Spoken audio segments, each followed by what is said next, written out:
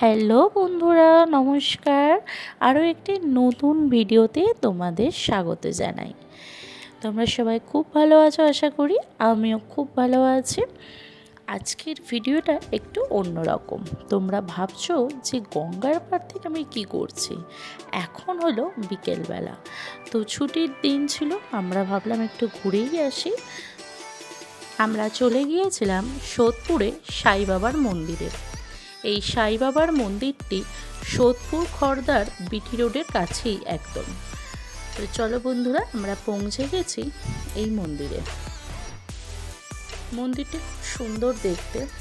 এই মন্দিরটি প্রত্যেক দিনই খোলা থাকে, সকাল 6টা থেকে দুপুর 12টা অবধি, আর বিকেলবেলা 3টে থেকে রাত্রি 8টা অবধি। আর প্রত্যেক দিন নিয়ম করে এই মন্দিরে আরতি করা হয়।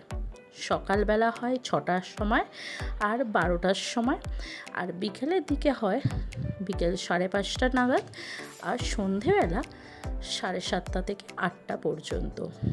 এই মন্দিরে পুজো দেওয়ার ব্যবস্থাও আছে। বাইরে মন্দিরে ঢোকার সময় দেখতে পাবেন প্রচুর এখানে দোকান আছে, এখান থেকে আপনারা প্রসাদ কিনে বাবার কাছে পুজো দিতে পারেন। পুজো দেওয়া হয় সন্ধে 7টা 15 অবধি।